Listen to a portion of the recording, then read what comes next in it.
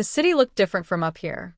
From the floor-to-ceiling windows of my corner office, the streets looked calm, organized, nothing like the chaos I once felt working down there. I adjusted the cuff of my silk blouse, letting my fingers rest on the cool marble edge of my desk. My phone buzzed once. The reminder I'd been both dreading and anticipating flashed across the screen. Team meeting, 10 a.m. Team. What a polite word for them. The same people who used to roll their eyes when I spoke up in meetings. The ones who joked about my overthinking, who whispered when I stayed late practicing presentations. I could still hear the laughter sometimes. Sharp, mean, unforgettable. I took a sip of my coffee, letting the warmth steady me. The faint scent of vanilla creamer rose with the steam. My reflection in the glass stared back at me, a woman who had learned how to hold her chin high, how to wear power like a well-fitted jacket. A knock at the door. My assistant peeked in, bright smile, as usual. "They're here," she said softly. My heart thudded once, then settled. I stood, smoothing my blazer, my heels clicking on the polished floor as I walked toward the conference room. Time to face them and show them exactly whose boss I wasn't always this composed. Back then, I was just Emily Carter, 22, fresh out of college, clutching my first real job like it was a golden ticket. I believed if I worked hard enough, if I smiled enough, if I stayed late enough, people would see my worth. But they didn't. My first presentation still haunts me. I'd spent nights perfecting the deck, triple-checking every number, rehearsing in my tiny apartment mirror. My palms were damp as I stood in that conference room, trying to steady my breathing. "Take your time, Emily," my manager said, smirking like he already knew I was about to fail. Halfway through, Jason, one of the senior associates, let out a little snort. Then came the chuckles. "Wait, so that's your big idea?" he said, loud enough for everyone to hear. Heat crawled up my neck, my throat tightening. I wanted to disappear, but I finished the presentation, voice trembling, heart pounding. After the meeting, I overheard them near the break room. "She's smart, but she's not that smart. She tries too hard. It's kinda cute, actually." Cute. Like my ideas were a hobby. Like I was some eager intern playing at business. That night, I sat in my car in the empty parking lot, staring at the steering wheel through blurry eyes. My hands shook so badly, I had to grip the leather just to keep steady. I almost quit that night. Almost drove home, packed my things, and swore off corporate life forever.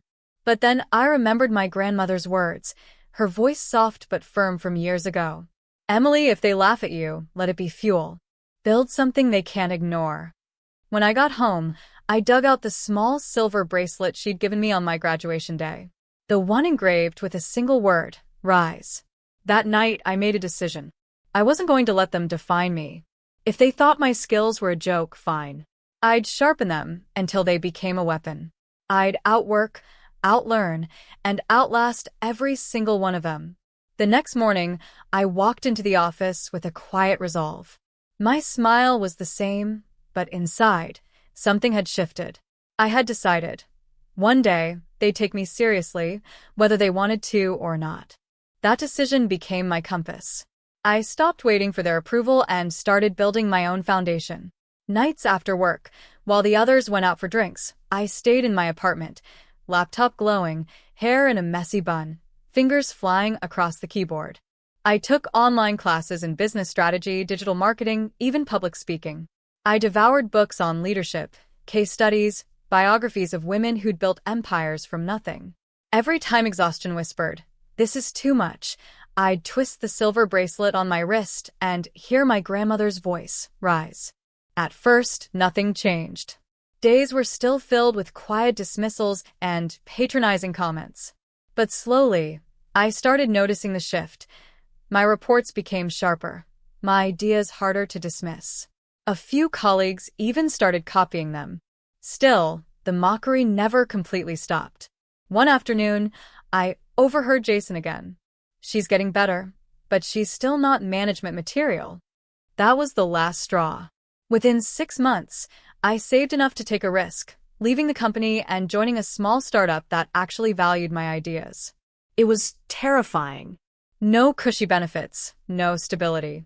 But it was also the first place where someone, my new boss, a no-nonsense woman named Claire, looked me in the eye and said, "You've got something. Don't waste it playing small." Claire became my mentor. She pushed me harder than anyone ever had, ripping apart my proposals, challenging me to defend every choice. It was brutal, but it forged me into someone sharper, faster, more confident.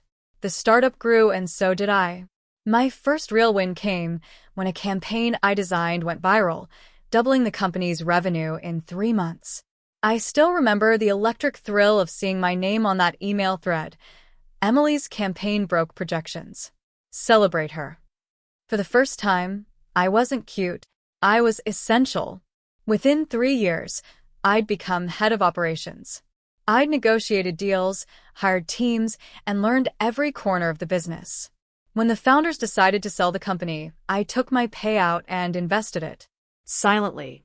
While everyone else assumed I was just doing okay, I was building something bigger. My own consulting firm. Nights and weekends were once again spent working, designing the brand, finding clients, proving I could deliver. Word spread quickly. My first major client was a tech firm on the brink of collapse. I turned them around in 6 months. Then came another and another. By the time I turned 30, my company wasn't just profitable, it was thriving. I'd built a team of people who believed in me, who trusted my vision. And no one from my old job knew. My social media stayed modest. Just the occasional coffee shop photo, nothing flashy. I wasn't ready for them to see me yet. Not until the day came when I'd meet them again. Not as the girl they mocked, but as the woman who now signed their paychecks. The conference room was quiet when I walked in. Sunlight streamed through the tall windows, catching the edges of the glass table, making everything look sharper, cleaner, like the moment itself was cutting through time. They were already seated. Jason was there, looking a little older, a little grayer. Sarah, who used to laugh behind her coffee cup, was flipping nervously through the meeting agenda. And Mark, my old manager, sat at the end of the table, glancing around like he wasn't sure he belonged. When they saw me, I watched the flicker of recognition ripple across their faces. "Good morning," I said evenly, my heels clicking softly as I crossed to the head of the table. Jason blinked. "Emily." Sarah actually whispered, "No way."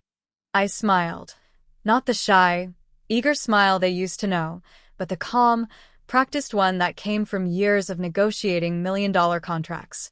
I set my leather folder on the table and took my seat. "Yes. Emily Carter," I said. "Thank you for coming. I'm glad we could all meet today." Their confusion was almost comical. Jason glanced at Mark, who cleared his throat. We were told the new division had wanted to speak with us about future contracts," he said carefully. "That's right," I replied, folding my hands. "I am the new division head." Silence. Sarah's mouth actually fell open. Jason leaned back in his chair, a short, incredulous laugh escaping before he caught himself. You're running this division?" he asked. "Not just this division," I said, letting the pause do its work. "The entire consulting firm. I own it." It was satisfying to watch the realization dawn on them, slow, like a sunrise they didn't want to face. "You own it," Sarah repeated, almost to herself. "Yes," I said, voice steady. "Every contract you're hoping to renew, every project you want greenlit, it all runs through me now." Mark's face went pale. For a man who once told me I was too sensitive for leadership, he suddenly looked like he might cry. I had no idea," he said quietly. "I know," I said, leaning back in my chair. "I never told you." The silence stretched, heavy but not uncomfortable, at least not for me. For the first time, I was in control of the room. I let them take in the space around them. The sleek shelves lined with industry awards, the framed photos of my team celebrating milestones, the elegant, minimal design of the office, all pieces of the life I had built from the ashes of their mockery. Jason finally cleared his throat. "Emily, listen about the past." I held up a hand, calm but firm. "We'll get to that. First, let's talk about why you're here." I opened my folder, sliding the contract across the table. "This is the agreement for your team's renewal. If you want to keep working with us, There are some new expectations for professionalism, collaboration, respect. Sarah flushed, looking down at her hands. Jason nodded slowly, the smirk long gone from his face. This is non-negotiable, I continued. We run a different culture here. There's no room for tearing people down. The room was silent, but it wasn't hostile. It was something else, humility, maybe. The weight of history settling in. For a long moment, no one moved. Then Jason leaned forward, his voice lower, almost sincere. You've really built something, he said. Yes, I said softly. I have. And for the first time in years, I didn't feel small. I let the silence sit a moment longer, then folded my hands on the table. This isn't just about contracts, I said finally. It's about how we work together moving forward. If we're going to have a partnership, there are conditions. Jason shifted in his seat. Sarah nodded quickly, like she already knew this was coming. Condition 1, I said, voice steady but not harsh. Respect is non-negotiable. My team will be treated as equals. No dismissive comments, no undercutting their ideas in meetings. If someone has something to say, they say it professionally, to their face, not behind their back. Sarah's cheeks turned pink, and I saw her press her lips together. Condition 2, growth. Each of you will assign at least one junior member of your team to present ideas at every strategy meeting. If I see talent being ignored or ridiculed, I'll know you haven't learned a thing. That ends now. Mark cleared his throat. You want us to mentor them? Yes, I said, meeting his gaze. The way none of you mentored me. I don't want the next Emily to sit in her car at night wondering if she should quit. She should walk into a room knowing she's valued. Jason looked down at the table, his jaw tight. Condition 3, accountability. If I see any toxic behavior, mocking, gossip, arrogance, contracts will be pulled immediately. I don't care who you are or what position you hold. We build up here. We don't tear down. I let my words hang in the air. Not angry, not vengeful, just clear. Sarah swallowed. That's fair, she said quietly. Jason let out a breath. Emily, he hesitated, then shook his head. I was an ass. I know that. We were all young, but that doesn't excuse it. I'm sorry. I studied him for a moment. Years ago, I would have clung to those words, desperate for validation. Now, they simply felt like closure. Thank you, I said simply. Apology accepted, if your actions match your words from here on out. Mark nodded slowly. You have my word, he said. The tension in the room eased slightly. I saw it in their shoulders, in the way Sarah finally looked up and met my eyes. Good, I said, standing. Then, let's get to work. We have a lot to do, and this time we're going to do it right. As they gathered their things, there was no smugness in me, no gloating.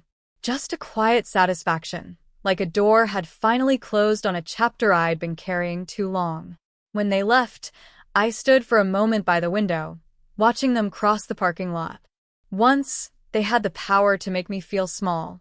Now, they walked away carrying the weight of my expectations. And for the first time, I truly felt like a boss, not because of my title but because of the standard I was setting. The office was quiet after they left. The air felt lighter somehow, as if years of unspoken words had finally been released. I sat back down at my desk, fingers brushing the silver bracelet on my wrist. The metal was smooth, warm against my skin. I traced the single word engraved there, rise, and felt my grandmother's presence like a steady hand on my shoulder. I thought back to that girl in the parking lot, clutching the steering wheel with tears streaming down her face. I wished I could tell her then that the pain wasn't wasted, that every late night, every book, every small win was carrying her toward this moment. Outside my office door, I heard the muffled sounds of my team, laughter, the faint clatter of keyboards, the smell of fresh coffee wafting in from the break room. This was my world now, built not from bitterness, but from belief. A knock at the door. My assistant poked her head in. They signed a contract, she said with a grin. I smiled back. Good. Get the team together. We're celebrating tonight. When she left, I turned back toward the window, the city glowing under the afternoon sun. I wasn't naive. I knew they still had work to do. They would stumble, they might resist, but the seed had been planted. They had seen what it looked like when a woman refused to stay small. And so had I. I slipped the bracelet off and placed it carefully on the desk. Not because I didn't need it anymore, but because it had done its job. The girl who once needed a reminder to rise had risen. I stood, straightened my blazer, and glanced at my reflection in the glass one last time. They mocked my skills once, I said softly, almost like a promise to that younger version of myself. Now they call me boss.